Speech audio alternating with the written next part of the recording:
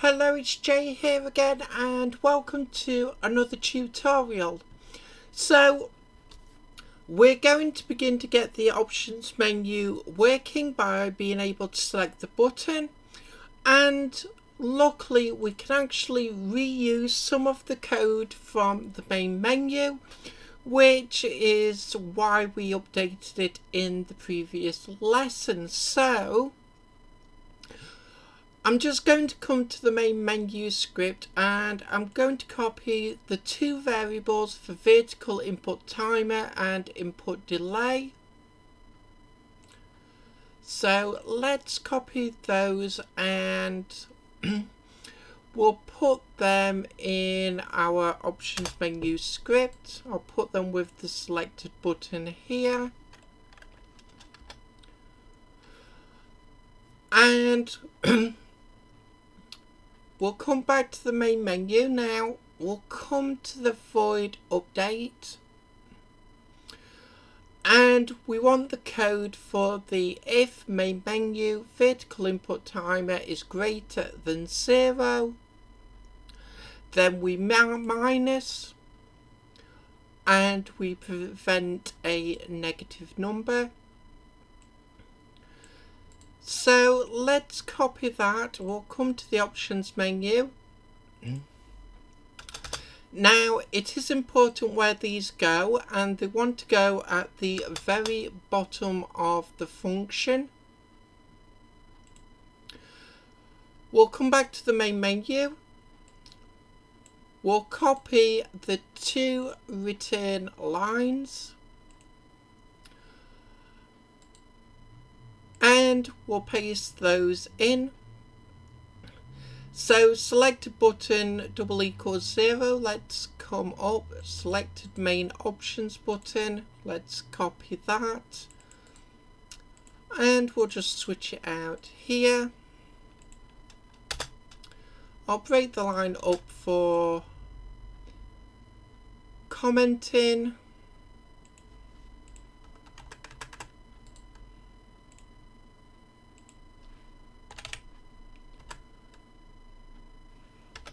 So that is done for the 0. So this one we're going to break up again.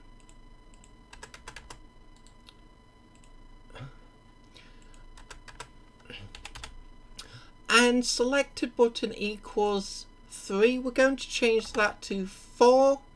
Again, we have 5 buttons, but the first button is always 0, so we always want one less on our max.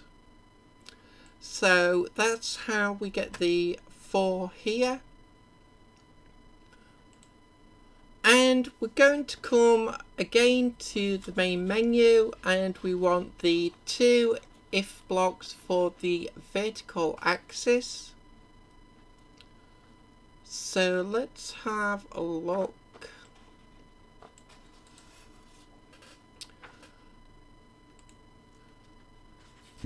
Let's copy those in.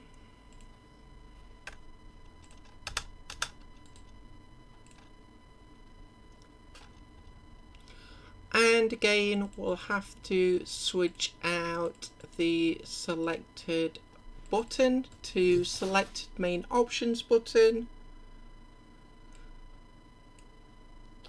So that is both of those done. And now we just need to change a few things. So main menu vertical input timer and input delay, we're going to change this to main options. Again, we're using the naming convention of main because we will have sub options available. Again, don't worry if you are a little unsure as what that means, because we will, or it will make sense once we actually begin to fill out more of the script. Now I'm copying for the input timer, and we're going to come here. So all the places where we have input timer, there is quite a few.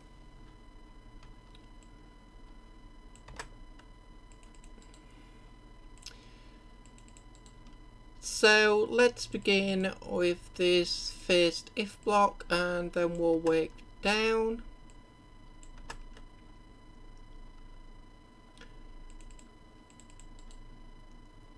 So here, and we want the first one here. Obviously that is different, that's the input delay. So we'll leave that for now. Again, because we didn't put anything like main menu in the comments can just be reused as is. Obviously you can change them if you like. So let's swap this out now. So input delay.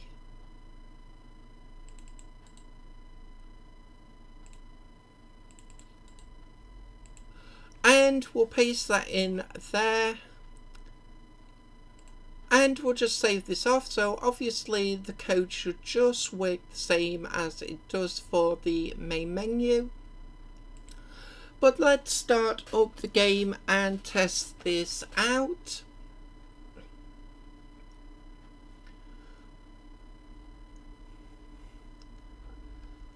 So as you can see, we're going up and down the actual main menu buttons. Now let's see what happens. Game options is highlighted. It is difficult to see at the moment.